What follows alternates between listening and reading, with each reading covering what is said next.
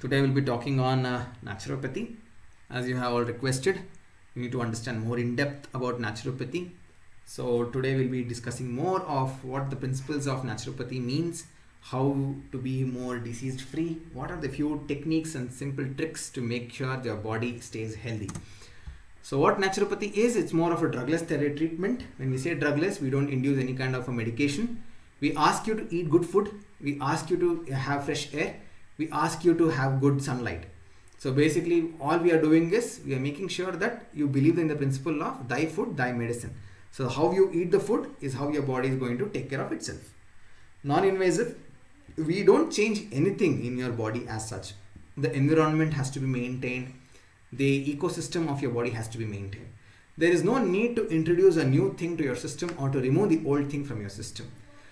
Give adequate time, adequate energy, adequate information to yourself such that body can take time to reheal itself, recuperate from its negativities, and also make sure that your environmental way of living has good impact on it.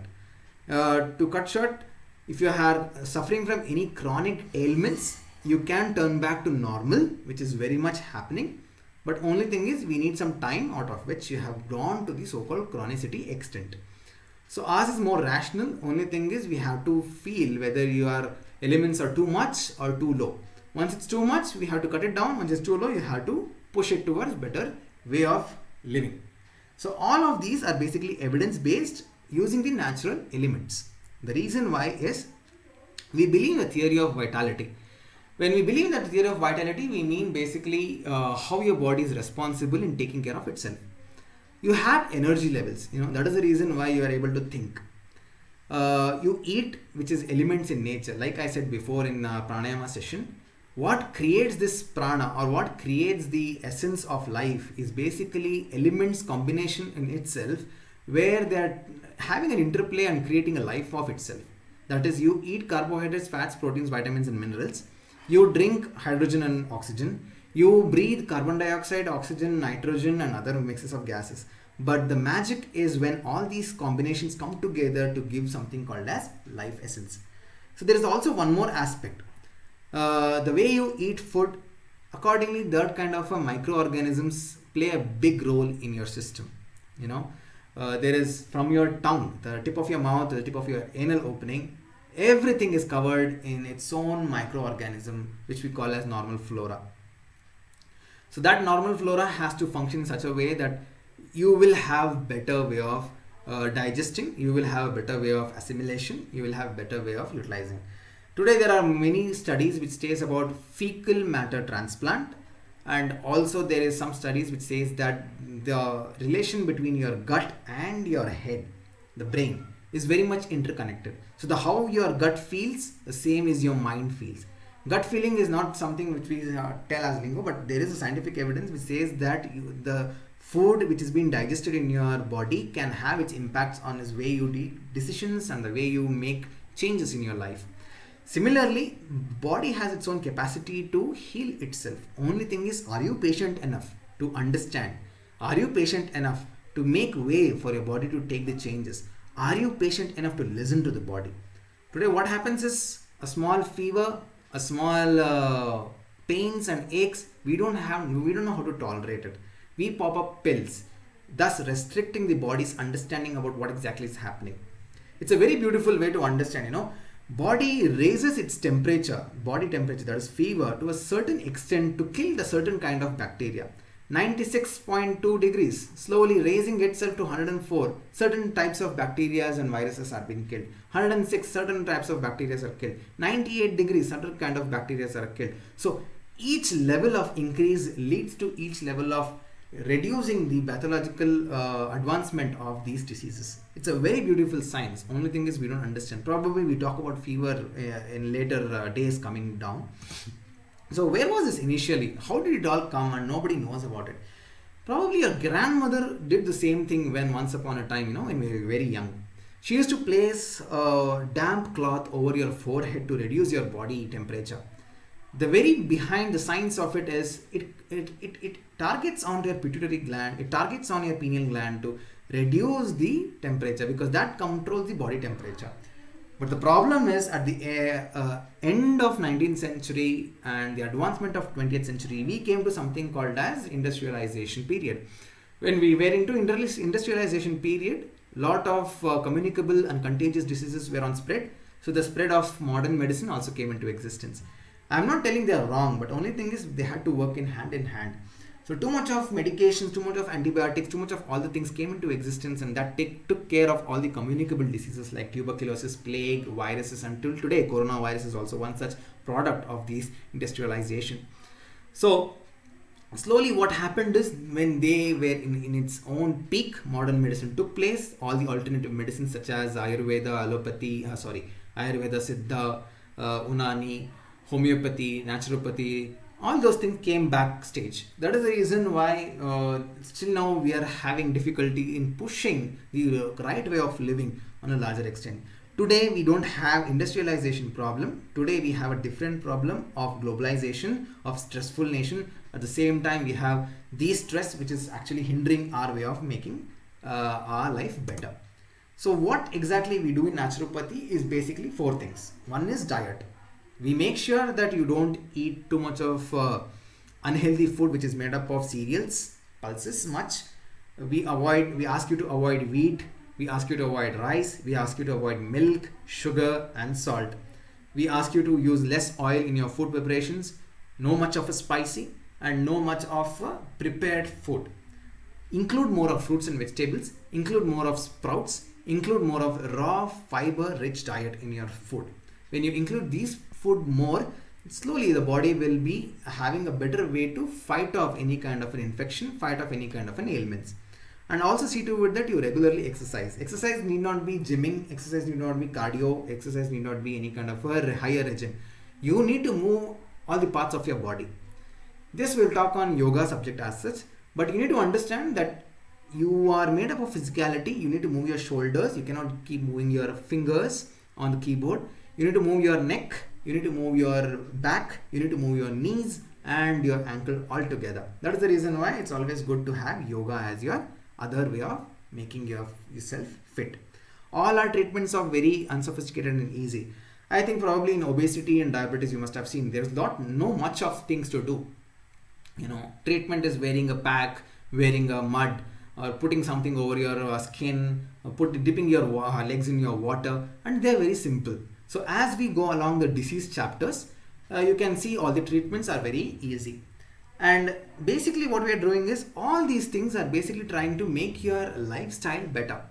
The way you do things, the way you are making sure your environment is good, and how you keep yourself fit is nothing but lifestyle. So we are changing your lifestyle altogether. So what is that which is unique to this field than the rest of the field is, we address stress head on. When we say that we are stress busters, we mean to say because of the stress there is a lot of other diseases. As simple as acidity to as chronic as cancer can be reduced by doing naturopathic and yoga as such. So today's modern science fails to understand stress in itself, because stress and medication doesn't go hand in hand. You can remove stressors for a period of time, but you cannot handle stress for a longer time. So that is the reason why today majority of the top 3 diseases and their causing of death is hypertension, cancer, diabetes mellitus. All these 3 along with obesity, and all these 2, 3, 4 are basically stress oriented and because of wrong lifestyle. So that is the reason why traditional yogic methods and natural way of living addresses stress in a better way than the rest of the medical field as such. We also believe in the principles of our naturopathy. We talk that, or we say that the 5 elements are more important for your body: fire, sky, earth, air and water. Because all our treatments are designed accordingly. Fire talks about all the heating capacities in your body, or heating capacities like steam and sauna. The earth corresponds to the massage and magnetotherapy. Water, all the water treatments like steam, immersion, for foot immersion and all those things, which is hydrotherapy in nature. Air talks about all the air treatments of walking on barefoot and also pranayama. Space talks about the fasting therapy and yoga for mobility. But these things can also be seen in your body as such. Earth resembles the skin, bones, flesh, and hair in your system. Water leads to all the secretions in your body, the lymph, the blood, and the saliva.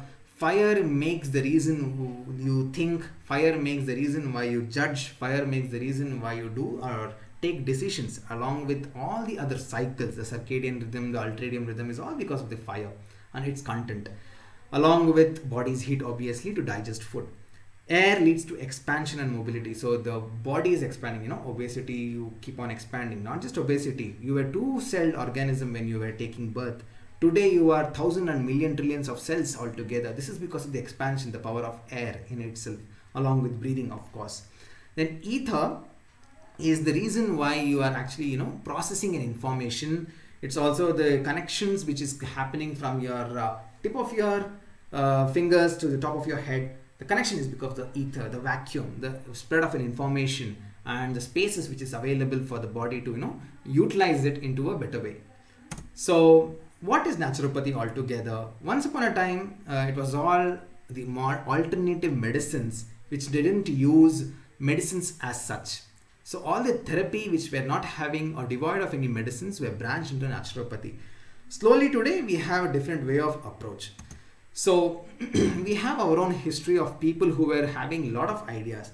Like the person, you can see John Harvey Kellogg is the person who talks about Kellogg cornflakes. He's the founder of Kellogg's cornflakes. He was into a nutritionist and also he was into hydrotherapy. He used to tell the importance of water, drinking water, the reason why it has to be drunk, the way it has to be done, and all the other things. Similarly, we have Mohandas Karamchand Gandhi, the Bapuji of this country, and we also have the first clinic of naturopathy was started by him. He brought this idea of utilizing mud, properties of mud. He brought the idea of properties of water into a clinical perspective, and he started doing all those things in his clinic in Pune, which is also running today. So based on his ideas, we slowly developed that in India as such. So what is the philosophy of naturopathy? Our main philosophy is to make sure that we don't harm your system. No matter what happens, whether you come to us or not come to us, this should not harm your system first of all. Allopathy, what happens is they are more symptomatically focused. They are not dependent on whether it's affecting other parts of the organ. Like if you have medications, half of the medicines are actually utilized in liver. That can have a negative impact on the body as such. Unity of disease and unity of cure. So I have to see your body entirely as one unit. For me, kidney is as important as liver, as important as heart, as important as any other system. But this cannot be seen by any other alternative medicines or any other mainstream medicine, because for them, if you are having a problem with your heart, they only treat the heart. The reason why it is having a heart, we never know. So that is the reason why we slowly come down to the understanding about how the body functions well without having much of an interactions with the nature. That is the reason why naturopathy comes in. For naturopathy, the environment is the entire body. The whole body is more important. So we more focus on prevention. See, if you dig well to extinguish the fire now, that has no sense. So if you already have a well and there is a fire, makes sense when you pour the water out of the well. So that is the reason why make sure that you are always preparing for the future. Coronavirus need not be feared for, but if you are having a good food based, if you are regular into exercises, you generally tend to reduce the impact of the same coronavirus onto your body, because your body is very quick in taking decisions. So our idea is to teach you the better principles of living. As a doctor, the traditional word doctor itself equates to teaching or teacher. So as a doctor, I am trying to teach you the right principles of living. So our way is not to make sure that you are ending up eating a lot of medicines, but our way is to you be responsible for your actions. So that is the reason why we have to treat the body according to the situations, according to the symptoms, and according to what you feel is more important for your system. And also when we talk about diagnosis, body has its own way of telling to us. One way is iris. We read your iris to tell what kind of a disease you have. We try to analyze the reason why you're doing this. So you're annoyed because of something, we try to analyze. So basically we're also trying to focus on your mental health. Facial diagnosis and expressions because of the reason how you move. So let's say you have a back pain, you generally try to avoid using that kind of a part and try to move. So that shows that there is some kind of an encumbrance or some kind of a problem in his back, some kind of a problem in his neck just by looking at it. Same way that can be expressed in your face. If your liver is having too much of toxins, you can develop dark circles. So if you don't sleep, especially at the night, you can see dark circles, not because of a problem with your sleeping, but the problem is your liver is having a lot of toxins in it. So along with that, pulse diagnosis, everybody does it, we also do it. The same time, chromo diagnosis is what you can do it, you can be responsible for. Chromo diagnosis is when the color of the body says a lot of things. Not just by looking at your viscera and telling that you're anemic. Your urine can tell a lot of things. If your urine is more yellow, that means that your body has a lot of deficiency of water. Drink adequate water. What you're drinking is basically white or colorless liquid. What you should pour out is also should be colorless liquid. There should not be any tinge of yellowish in your urine. When that happens, you're at utmost health. So as I said, eye speaks louder than words. So you might not even remember many of the things what happens, but we know that your eyes will not lie, because throughout the embryonic stage till date, your iris has never changed. So whatever be the disease what you had done, it shows, it replicates in your eyes. Based on that, we diagnose.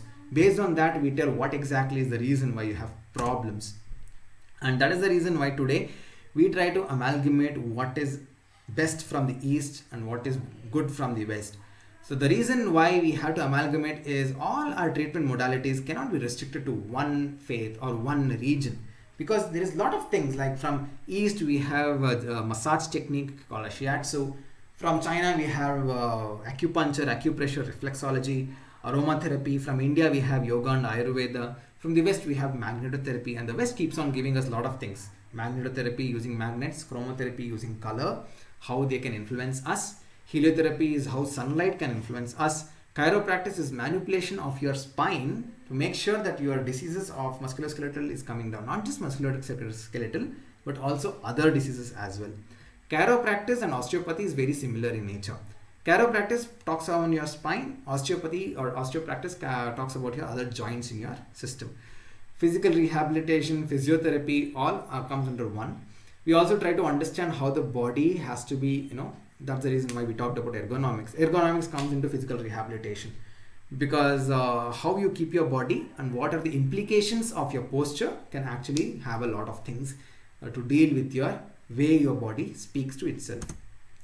So yes, these are the few just about what naturopathy is. There's a lot of things, but most importantly, what we do. So our idea itself is to integrate with Ayurveda, integrate with allopathy, and try to make sure that we live in a very harmonious way, because we always believe that cycle could be rode in two cycles or two wheels rather than a unicycle. One being naturopathy, one being yoga is a better starter.